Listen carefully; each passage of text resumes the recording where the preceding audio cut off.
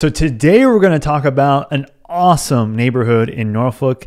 It is extremely popular. It is one of the nicest in all of Norfolk. We're going to talk about Larchmont and Edgewater today, and we're starting right now. Hey, my name is Sam Santalone, and I'm a real estate agent in the Hampton Roads area. That goes from Virginia Beach and through Williamsburg, and I make videos every week about living and moving to the area. So I love Larchmont. You've heard me talk about Larchmont in the past. I think it is one of the best neighborhoods in all of Norfolk, but it's 2024, and I wanted to do an update on what's happening in Larchmont and what's going on price-wise, things to do that may be new around Larchmont, anything that's worth noting before you plan to move to Larchmont in 2024 and beyond. But in addition, there are some things I do want to make sure you know. There are drawbacks to living in Larchmont that I think are worth noting before you move, especially as the houses get older, especially as things change in the area, that I think they're worth noting before you make an absolute decision about living and moving to Larchmont. So looking on the map, you've seen where Larchmont is before, possibly if you're researching moving to Norfolk.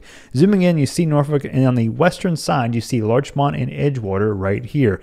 This whole section right here on both sides of this road here, that's Hampton Boulevard. Now, Larchmont is named Larchmont, but you hear Edgewater a lot too. Edgewater technically is on the western side of Larchmont. All this side here where this arm is coming out, this is mostly really Edgewater, and then the rest of it is Larchmont. But I'm going to say, for the sake of conversation, I'm going to say Larchmont for the whole area, just because most people, when they think of this area, they think Larchmont, not necessarily Edgewater. But it's good to know that Edgewater does exist. And where it is in relation to the rest of Norfolk is it's on the western side. So it's got it. You see Hampton Boulevard right here. It connects to the north side and south side of that section of Norfolk. You're only like 7-8 minutes away from the Norfolk Navy base, just north of there, and you're also about 7 or 8 minutes away from Ghent, if not even less than that, as you head down Hampton Boulevard. So you're close to lots of things to do, restaurants, activities in Ghent, and you're also close to things like working at the NOB. You're also about 20 minutes away from the Little Creek amphibious base, going up towards the north central section of the south side of Hampton Roads in Norfolk. So there are some positives about where it is in Norfolk. So let's talk about the real estate in Larchmont and Edgewater. So these houses are primarily colonial revival style houses, and also some Victorian and some craftsman style houses as well. These are mostly built in the 1910s up through the 1950s, but then you'll see them sprinkled through in the 60s, even in the 80s, 90s. There's some new construction just randomly thrown in here, but most of these are going to be from 1910 to like 1960-ish. And these are going to be anywhere from, you'll see a few that are, 1,200, 1,300, 1,400 square feet, but most of them are going to be between 18 to 2,000 and up to 30,000-ish, 3,200 square feet. And the prices are going to also range as well. Most of them are going to be between like 500 and about 800, but you will find some that are over 8, especially the larger ones, and also especially on the water, because on the water, you got anything on the water is going to be mostly $1 million to $2 million. Some nice big houses, but even the smaller ones, you're going to be paying for that water access. But as you go closer to Old Dominion University, near the SB Ballard Stadium where the Old Dominion Monarchs play football, near there are some streets like Longwood Drive, Melrose Parkway is the most important one, I think, and then also 49th Street. Anything through here, I say a lot of these are smaller, but also are going to be priced a lot lower. You'll see some of these in here in the 200s and 300s. And I think most of that reason is because I feel like a lot of these are rental properties, maybe not necessarily kept up as well. This is right next to the school, so you're going to have a lot of people renting to students. So, and the feel of the neighborhood here is different compared to going further north. You're going to see a totally different type of vibe and different type of house as well. So the prices do range quite a bit, but you're going to find that between 5 and 8 is where most of them are going to be landing price-wise. As you walk through and drive through these streets, they are so full of trees. You'll got some nice sidewalks, but the nature and how it feels compared with the style of house is exactly what people are looking for when they're looking for a neighborhood that has character with nature. It is it's the picture of that whole setting. There are tons of houses with columns, tons of houses with front porches, houses off the street that just feel like you're living in a magazine. The neighborhood also is very vibrant, lots of community activities all through the year. During the fall, also you got 4th of July, a little tiny parade, and sprinkled through there are multiple parks. Myrtle Park, there's a Cambridge, there's a dog park on the eastern side of the neighborhood. There's also a smaller park, Virginia Park, that's off of Hampton Boulevard on the western side. You see here, like, look on the map, you'll see what I'm talking about, all these three right here. I feel close to Hampton Boulevard, but then one of the cool things about being in the neighborhood is if you love sports, you can walk from your house, if you choose to and can, over to SB Ballard Field and watch a football game. The ODU Monarchs play at SB Ballard Stadium. You can walk there and watch a game and take just minutes to get there. So that's also a cool feature because it's really the main primary football experience that we have here. You'll have a mixture of brick and vinyl, but mostly a lot of these are vinyl siding houses. You got some slate roofs, these old houses. And so some basements you'll find scattered across Larchmont, but it does really feel like a neighborhood that's come right out of a magazine. But most of these houses also are like mostly 4 or 5 bedrooms. So they've got a lot of space, tall ceilings, lots of living space inside. So sometimes you'll find that the floor plans aren't necessarily what you would consider modern, because maybe might feel like they're open because they've got a lot of tall open space, but they're also compartmentalized rooms, and sometimes there are rooms that may have made sense in the 1920s, but are just like, what are they doing here? Like those types of designs that just don't make any sense anymore. So some repurposed spaces, people reconfiguring the floor plans. Sometimes the kitchens aren't as big as what people might like now. And so people either renovate what they already have, but they're still small, or they renovate and kind of redo an area where the kitchen was, make it bigger so it just has a whole different feel to it. So that can cost some money. And we'll talk about the costs involved with owning a house like this coming up later in the video. But if you're on the water, some of the most expansive views on the Lafayette River on both sides of Larchmont. You can get 180-degree views in a lot of cases over across to the other side towards Portsmouth. You can get boat access through the area. It is awesome. And so I'd say for what you're paying for, if you bought this house, for example, on the water here, house that's $1.2 million here might be 1.6 over in Virginia Beach. So you might get a little bit of a value if you do want water access in Norfolk, in Larchmont. You're going to be paying a little bit less than what you might be paying in Virginia Beach, for example. So what's around here? So as you come down out of Larchmont, going down Hampton Boulevard, you'll see you're passing Old Dominion University on your right, or to your side as you head down towards Ghent. That's the first thing. And there are several restaurants, and it's a college area. But it's also kind of a commuter school as well, so it's a mixture. You have some people living there and some not. Got the Chartway Arena, a pretty big arena. I've seen shows there and sporting activities, things like that. But then going further south from there, there's a new place called the Rail Yard that is like a shopping mega center all around the south part of Lambert's Point, which is worth noting because this was all redone recently. New breweries in here, more shopping experiences, workout spots. So I think if you do live in Larchmont, this is going to be a pretty new and interesting place to be close to that has enough stuff, new things that don't require you necessarily to go to Ghent all the time or into different parts of Hampton Roads to shop or to have fun with friends and family. So as you come further down south, down Hampton Boulevard, you'll also run into Ghent and West Ghent. Ghent is one of the most in-demand places for things to do in restaurants that is not like a bunch of big boxes and sterile kind of new construction-y type of thing. This is character, older buildings, unique eclectic restaurants, coffee shops like Cafe Stella and Fairgrounds. You have a couple streets there that have a lot of things on them. Colley Avenue and Colonial Avenue. So a lot of stuff up there. And 21st Street that has plenty of other, grocery stores and restaurants there too. So that also leads me to note that the shopping around Larchmont is not really super plentiful. So around the neighborhood, there's not really anything. But as you go further south, you will run into a couple of things, but not really until you get to Ghent. You've got a Food Line that's going to be right next in the Ghent area, in the north side of Ghent. You've got Fresh Market, you have an Aldi, and then you're going further south, you have a Harris Teeter that's on Colonial Avenue. But this is all in Ghent. There's nothing really that close to Larchmont that you can just kind of walk to or really just easy access to. You also have a Harris Teeter coming up off Hampton Boulevard over into close to off Granby Street. There's a Harris Teeter there near the interstate. So that's the other one that you might be finding yourself going to, just coming up around Hampton Boulevard across.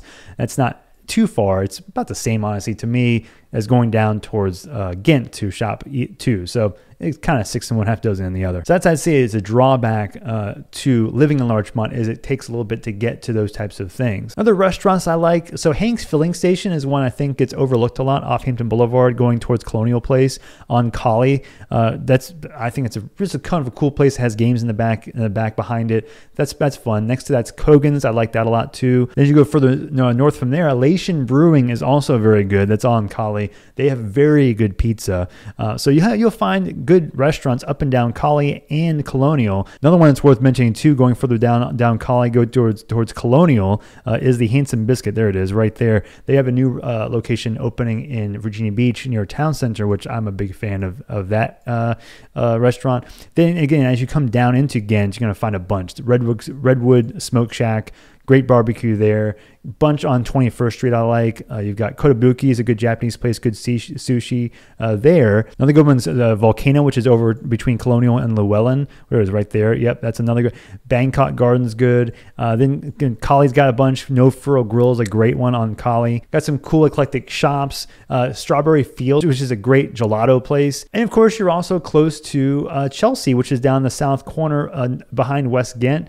Good breweries in there. The Birch, which is a great place to have a beer, and on the corner, real nice little neighborhood in the corner that people don't even really pay attention to. That's very close to Larchmont as well. So the school districts, you are in Maury High School District, Blair Middle School District, and Larchmont Elementary School District. Now, there are people that do go to those schools, the public schools. However, there are a lot of people that also choose private school. For example, Norfolk Academy, Norfolk Collegiate, Norfolk Christian are all in Norfolk, not too far away from Larchmont. Norfolk Collegiate and Christian are on this side near Granby Street. Then, of course, Norfolk Academy is over further towards the airport near Virginia Wesleyan over here.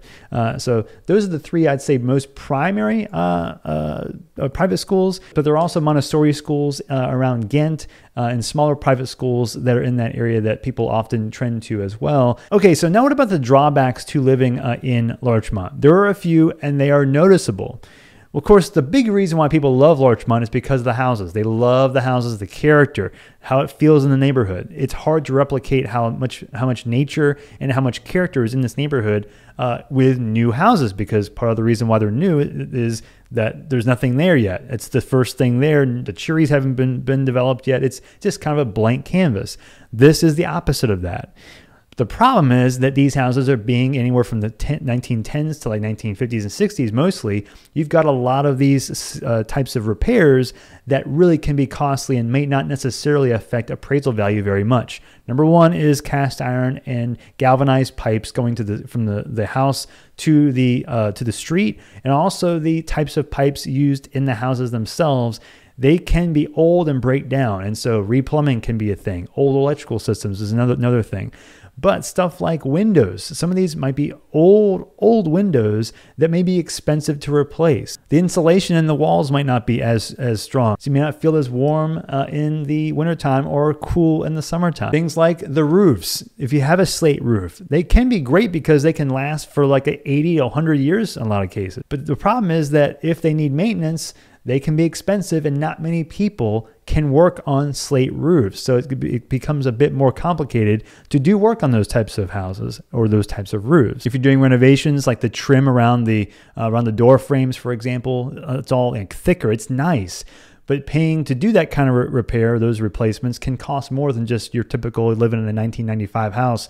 Put some trim on the wall. It's going to look nicer with the stuff that's in there, and so the cost to replace that is going to be higher. So a lot of things that don't seem to be a big deal can add up in cost to make it something to where if you're paying $600,000 for your house, you might be paying more like $650,000 or $675,000. Just you're paying a lot more for the house to make it the way you want it. So I wouldn't use the price tag that you see in a house in Larchmont as the final, here's what I'm paying for my house. There's going to be some other stuff you might find yourself doing as you live there that are going to up that price quite a bit. Another thing is the flooding concern that is in Larchmont and Edgewater. And so this is not across the entire area, but this is one of the prime spots. If you look online, do research for flooding in Norfolk or flooding in Hampton Roads, you'll find that Larchmont is a spot that people focus on. And you'll find some houses, even especially near Surrey Crescent, over near Upper Brandon Place over near here, near Richmond Crescent. Some of these houses, you'll see them, they'll have been lifted off of sea level higher. And so